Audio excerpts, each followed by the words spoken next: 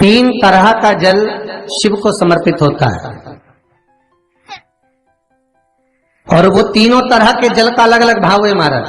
पहला जल सादा, घर से पानी लेकर गए, जल लेकर गए, शंकर को चढ़ाया, वो हमने घर का अपना एड्रेस बता दिया, भगवान शिव को जल चढ़ाकर अपने आनंद के लिए शंकर से कुछ प्राप्त कर लिया। दूसरा जल, जल के कलश में थोड़ा सा इत्र डालकर शंकर को जब समर्पित करते हैं तो महाराज घर में अगर कोई व्यक्ति बहुत रोगीला है, बहुत रोगीला, एक शिव महापुराण में, स्कंद पुराण में, नर्मदा पुराण में, भविष्य पुराण में, अग्नि पुराण में, नारद पुराण में, बरहा पुराण में, वामन पुराण में जितनी चीजें लिखी गई है एक एक प्रैक्टिकल कर कर देखो तो शिव महापुराण, स्कंद पुराण का यह भाव याद करिए कि एक लोटे पानी में इत्र मिलाकर, जल में इत्र मिलाकर, बहुत रोगीला व्यक्ति, बहुत बीमार व्यक्ति है, एक लोटा पानी उसका हाथ का स्पर्श कराकर शंकर को चढ़ाना प्रारंभ कर दीजिए। महाराज केवल 5 या 7 दिन चढ़ाओ और वो 7 दिन के बाद में उस बीमार व्यक्ति का क्रम देखिए कि उसमें कितना आराम लगा है। औषधि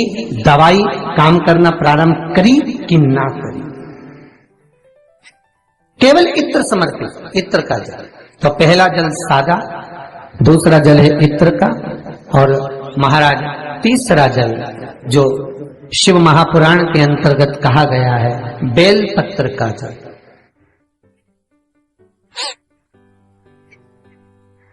तीसरा जो जल है वो बेलपत्र का जल है। बेलपत्र का जल कैसा?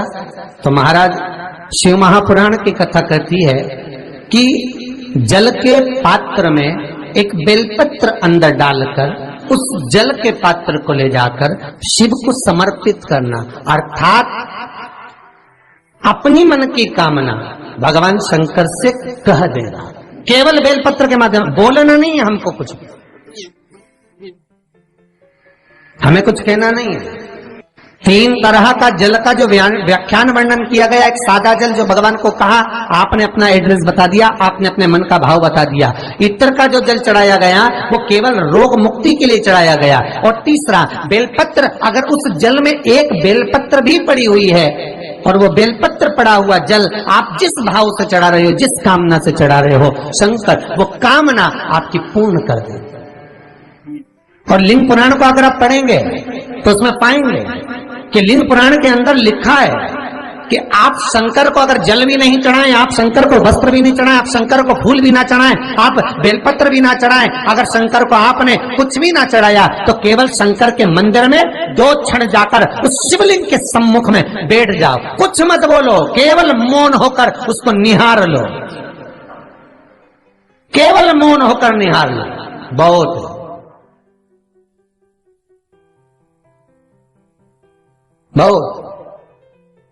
जो हनुमान जी महाराज को 3 तरह की माला समर्पित होती है, एक आंकड़े के पत्ते की, दूसरी बेलपत्र के पत्ते की, तीसरी पीपल के पत्ते की।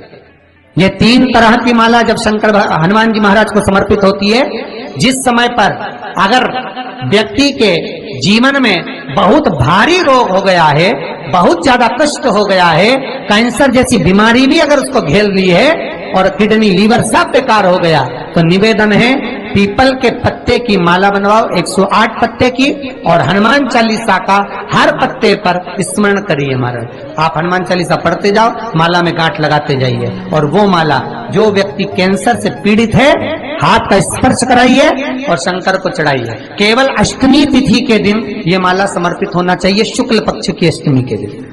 आप 2 या 3 अष्टमी को कर देखिए, अपने आप दवाई लगना प्रारंभ होगी, कैंसर जैसा रोग भी धीरे धीरे समाप्ति पर आएगा महाराज। पर करना शुक्ल पक्ष की अष्टमी को ही। महाराज कोई बच्चा एग्जाम में बैठ रहा है, सीए की पढ़ाई कर रहा है, कोई बहुत बड़े एग्जाम में बैठा और पास हो ही नहीं रहा, बहुत हार गया, बेलपत्री की माला चला। पर बेलपत्र की जो माला है वो केवल प्रदोष पर चढ़ती है श्री हनुमान जी महाराज। आप बेलपत्र की माला चढ़ाओ, 108 बेलपत्र आप श्री शिवाय नमस्तुभ्यम मंत्र का जाप कर गांठ लगाकर भगवान श्री हनुमान जी महाराज के सामने पहुंचकर माला को सीधी रखकर, जो व्यक्ति एग्जाम में बैठ रहा है, नौकरी के लिए, अन्य पढ़ाई के लिए, अगर कंपटीशन एग्जाम में भी बैठ रहा है तो माला को हनुमान जी महाराज, और हनुमान जी कौन से होना चाहिए? पूर्वमुखी।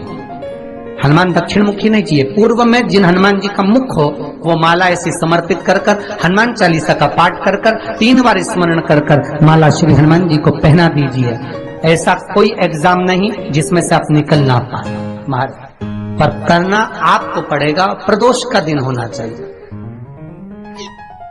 प्रदोष के भगवान, और प्रयास जहां तक हो सके प्रदोष काल में अगर चढ़ाएंगे तो ज्यादा फलदायी रहेगा प्रदोष काल में। तीसरी है आंकड़े की माला। महाराज आंकड़े के पत्ते की जो माला होती है ये माला कार्य की सिद्धि के लिए होती है। इसमें एक एक आंकड़े के पत्ते पर सीताराम लिखा जाता है। मात्र एक पत्ता ऐसा होता है जिस पत्ते पर सीताराम नहीं लिखा जाता।